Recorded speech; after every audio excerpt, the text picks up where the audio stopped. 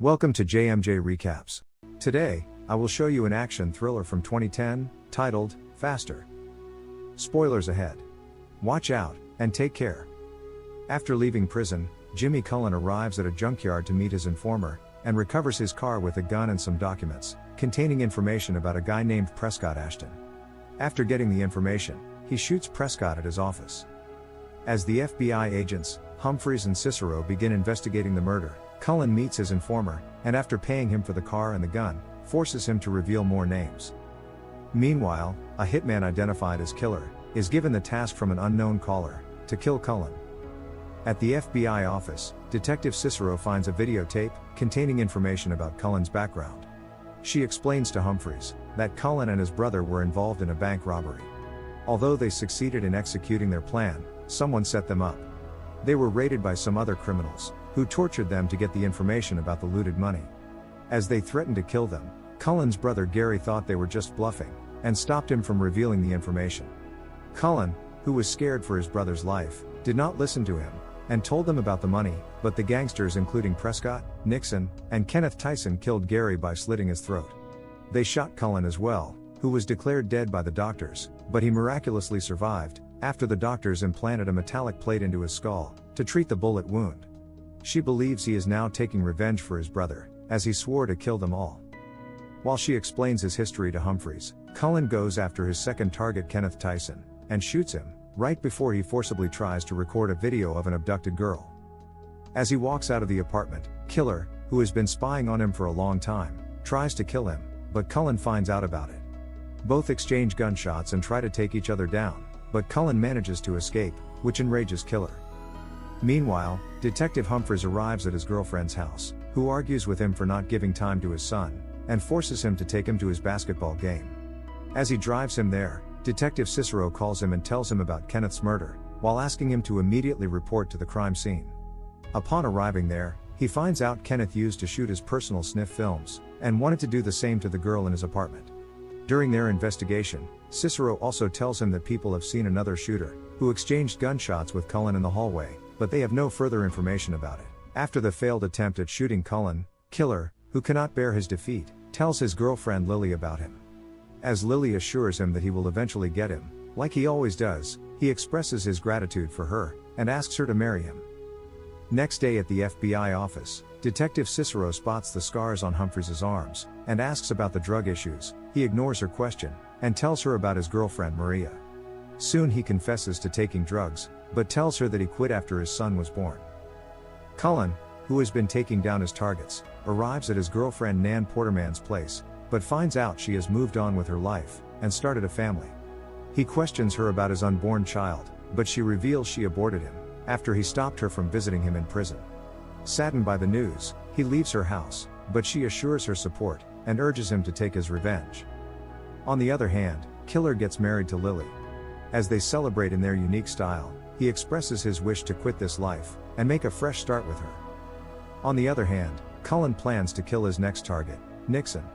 While getting into the club, he spots him, and remembers he was the one who killed his brother. As he follows him to the bathroom, Nixon quickly recognizes him, and reveals that he was already expecting him. After sending the guard outside the room, and deciding to face his fate, he picks up a fight with Cullen, but he stabs him and escapes.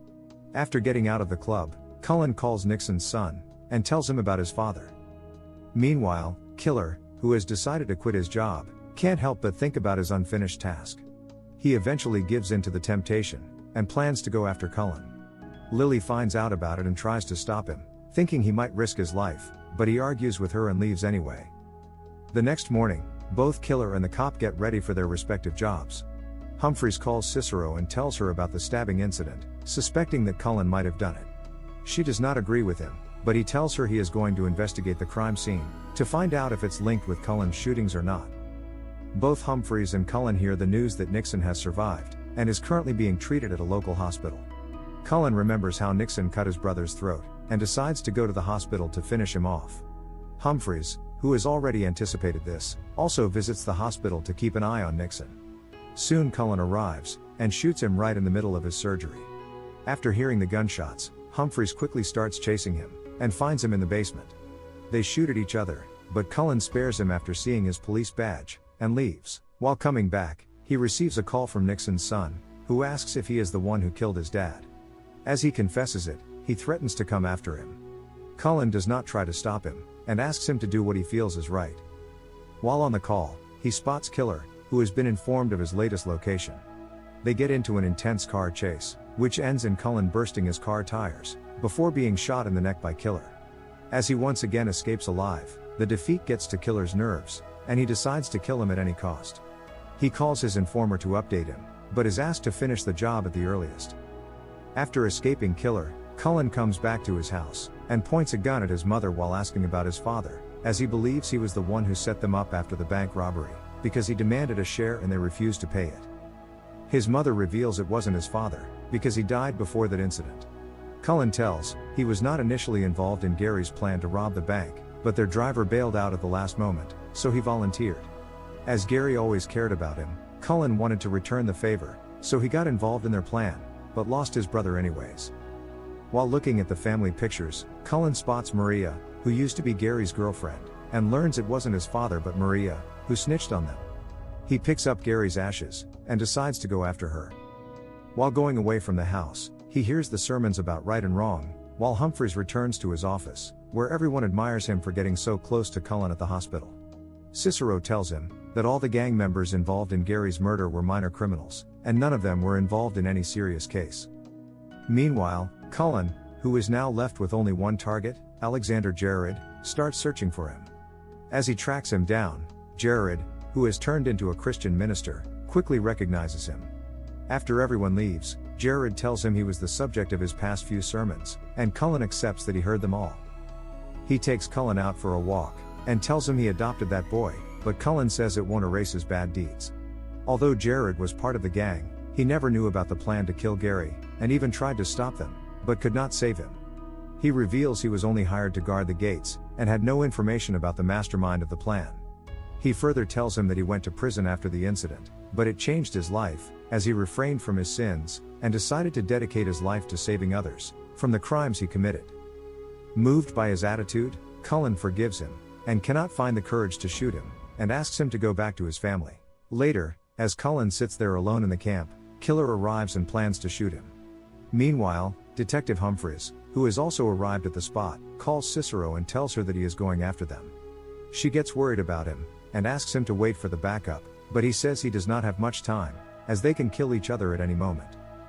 Inside, Killer sees his list of names, and learns he has taken his revenge, but reveals there is still one name left, and that's the person who hired him to kill Cullen, but Cullen does not have any idea about it. As they confront each other, the cop arrives and points a gun at Killer. As Killer drops his gun after being threatened by him, Humphrey shoots Cullen, revealing he was the last person involved in Gary's murder, but Cullen could not see him. Killer, who has not seen his face before, learns that he is the one who hired him to shoot Cullen. He tells him that Cullen did not know about him, to which Humphreys reveals he already figured that at the hospital, when he let him go. He also tells him that Gary's girlfriend was his informer, who told him about the bank robbery. Humphreys tries to pay him, but he refuses, saying he does not deserve it, because he could not finish his job, and leaves while asking him not to contact him again. He calls Lily, and tells her he is finally coming home after finishing off his job. Meanwhile, Detective Cicero, who is on his way to help Humphreys, discovers that he knew about Cullen from the beginning of the case. She calls her senior who appointed him on the case, but he reveals he did not hand it over to him, but it was Humphreys who requested to be part of the investigation. Soon, Humphreys, who now has a clean slate, calls Maria and tells her he is finally ready to make a fresh start with her. As he talks to her, Cullen surprisingly appears out of nowhere, and shoots him in the head, while telling him that his metallic plate saved him. The FBI team arrives at the scene, and finds Humphrey's dead body, but Cicero decides to hide the truth about his involvement in the case. Cullen scatters Gary's ashes in the sea, and drives away, while Jared begins a sermon about forgiveness. The end. Thank you for watching.